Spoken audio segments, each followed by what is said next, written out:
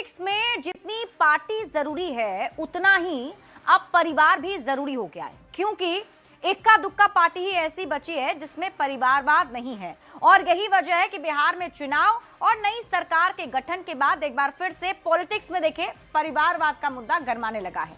क्यों गरमाने लगा है ये आपको ग्राफिक्स के जरिए हम समझाते हैं।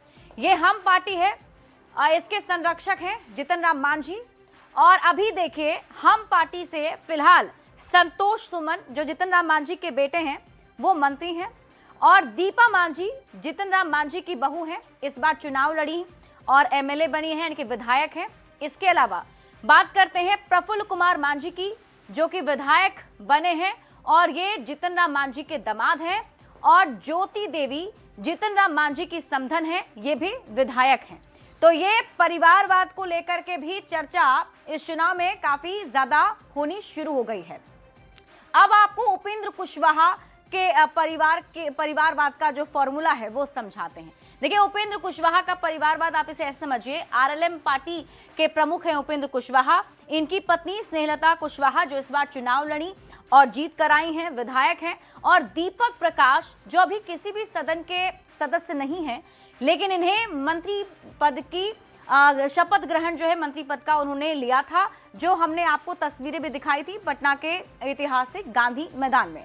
अब परिवारवाद के सवाल पर आरजेडी ने भी कड़ा रुख अपनाया है और पूछा है कि अब तो एनडीए के बड़े नेताओं को इस पर जवाब देना चाहिए, जो आरजेडी पर भाई भतीजावाद की सियासत का आरोप लगा रहे थे।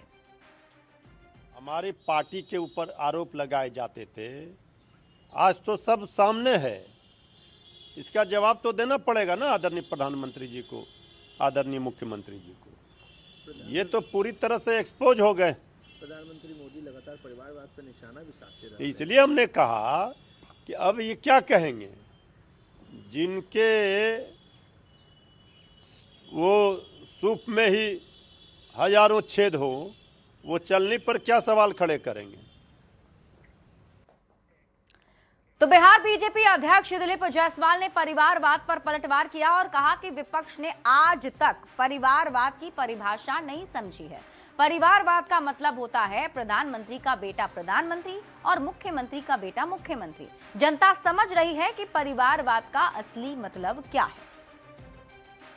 किसको कहते हैं? परिवारवाद कहते हैं राजा का बेटा राजा, मुख्यमंत्री और प्रधानमंत्री का बेटा मुख्यमंत्री और प्रधानमंत्री नहीं बनेगा, उसके बाद कोई परिवारवाद नहीं होता है। परिवारवाद का मतलब है, हमारा भाजपा का परिवारवाद का लगता है इतना दिन से वो परिभाषा भी नहीं समझ पाए। परिवारवाद का मतलब है कि प्रधानमंत्री का बेटा प्रधानमंत्री नहीं बनेगा, मुख्यमंत्री का बेटा मुख्यमंत्री नहीं बनेगा।